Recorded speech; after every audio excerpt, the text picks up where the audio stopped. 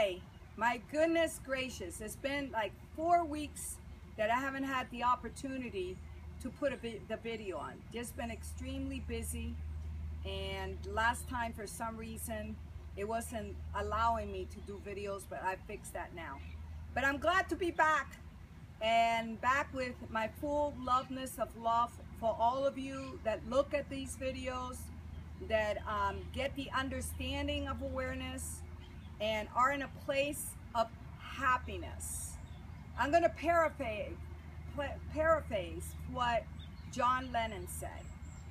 When he was a little boy, his mother told him that the best thing he could ever do in life when he grew up was to be happy. So he got given an assignment in school, and he was told to write what he wanted to be when he grew up. And he said, I want to be happy. And basically the teacher said he didn't understand the assignment. And he said to her, you don't understand life. So I want to talk to you about happiness. You know, your God-given right is to meditate, because meditation brings you the joy and light of the masters, and you being in the present moment, and that beautiful happiness that you're ready to burst out like fireworks does. And that's how I live my life every day, and that little burst of joy and happiness and peace. And that is indescribable. Nobody could buy it. Nobody could take it away from you. And the best way to get there is by being in the present moment, meditating, being out in nature, like here, using all your spiritual tools like affirmations. And then of course you have the food element. How important is it? I'm here to tell you that I was a cooked food addict. A cooked food addict. I kept on eating more and more and more. And now I'm in a beautiful space. As all of you know, I started my journey on June 2nd to go back to being 100% raw. And I feel fabulous. It's not about weight. I went from 170 pounds, I'm down to 142. For all of you that are looking at weight issues. And remember, the extra weight that you have on is usually negativity, emotions, mental. I was a stress eater. I no longer have cravings to go eat this and that or whatever. I'm hardly ever hungry anymore. But I wanted to talk to you about the detox issue as well, because if you get an Ann Wigmer's program, which is the energy soup, the wheatgrass, the Rejuvelac, and the kraut, which are the fermented foods, you are going to detox physically, emotionally, mentally, and spiritually. So you got to be ready for those detoxes. And on top of that, I'm drinking a gallon of distilled water. I remember back then when I was 100% raw for several years, and before I fell off the wagon, I was drinking a gallon of spring water. And what came out of that is that I ended up with kidney stone. I got swelling on my wrist where I had fallen, and I ended up with cataracts on my right eye. Why would you say that? Because spring water has what they call inorganic minerals your body doesn't know what to do with. So it's going to deposit it in between your joints, behind the lenses of your eyes. So distilled water, I was told years ago in meditation to do distilled water, but no, I was hard-headed. I had heard that distilled water could kill you, that it could take all the minerals out of you. Yes, it does. It's going to take the inorganic minerals out of you. The trash that you put in, especially if you're not eating organic, like if you're doing the fruits and vegetables, those are organic minerals. But if you're not doing that, you're accumulating your body with inorganic minerals. Your body doesn't know what to do with it, and you're going to store it in different places. All right?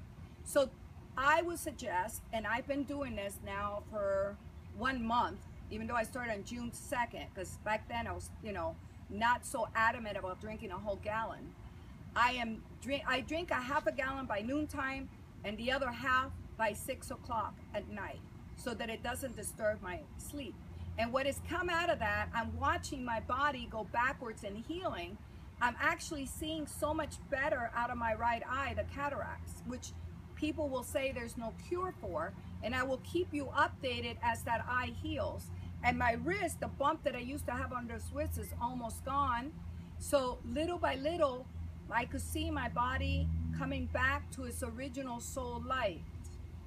So drink the distilled water. It has a negative charge, and it will pull out all the garbage. It'll leave all the good in, including the plastic that it's in.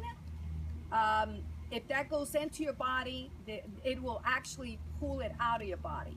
And Walmart, not that I ever really care to put out there Walmart, but they do have the distilled water for 64 cents, and it just flies off the shelves.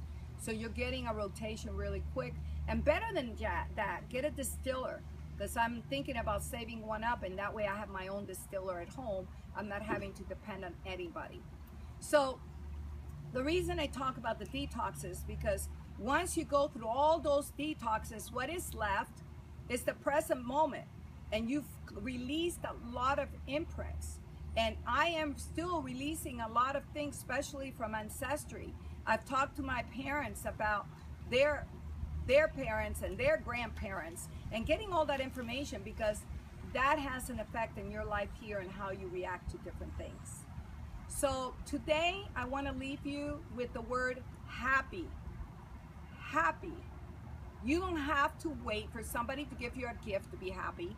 You don't have to wait for a relationship to make you happy. All right? You don't have to wait for a fancy car or a house to make you happy. All these things are exterior things. Come back to your heart. Your heart is automatically happy and joyful. And stay in the present moment and do the best that you can. Make sure you're breathing. One of the most important things, I said all your spiritual tools. I didn't mention breathing, the rebirthing, and the yoga. I've talked about that before. But live in your heart. Come out of here. See a little stairway coming all the way down to your heart. And live in your heart. Feel your heart. Feel the love. Feel the connection of nature out with all humanity. And send love to Mother Earth. Mother Earth is having a hard time. I saw Bill Maher on one of the programs, and he said Mother Earth is slowly dying. So become an activist. And I don't even like to really say the word activist, because that's almost like you're fighting against something, and when you fight and you resist, it persists. I guess I would say become a loving being and share with people. Let them know that Mother Earth is alive, so that this fracking and all the coal mining and all these things, that the pollution and everything that's been done could be stopped. But coming from a perspective of love. Just send love, and send love to the universe, to divinity, to Mother Earth, to all the archangels, the enlightened masters, whoever your preference is. Just make sure you're in love, and make sure you're in love with you, so that you could be in love with the whole humanity.